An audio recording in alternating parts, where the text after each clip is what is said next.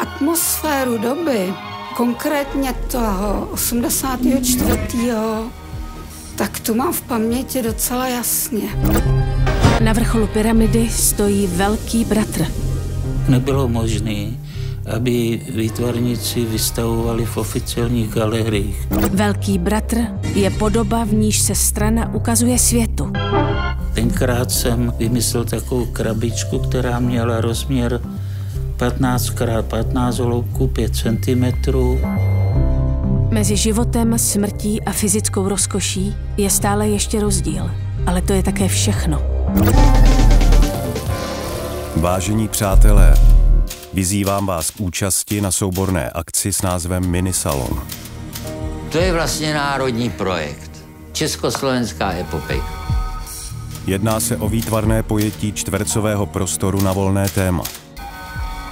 Za jazzovou sekci Joska Skalník.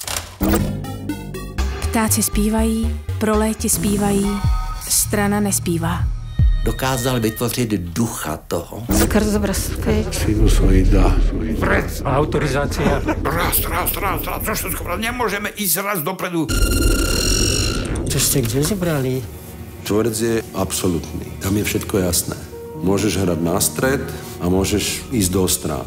Ale z toho štvorce nevylezeš. Výtvarný umění má totiž fantastickou moc v tom, že může otevírat nový prostory.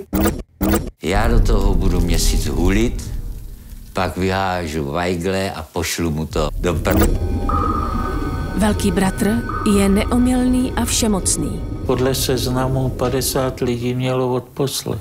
Oni věděli, proč se ty slobody boja. Protože to se jim tak kurva nehodilo. On občas v noci přišel, máš nový krabičky. To byla pravda, ale... My jsme stále bojovali jakoby s těmi strukturami oficiálního toho umění. Klidně si to dělej, ale dělej si to doma.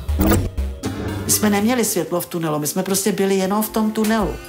Od člena strany se očekává, že nebude mít žádné soukromé emoce a že si od nadšení prostě neoddechne. Dobrá konspirační akce.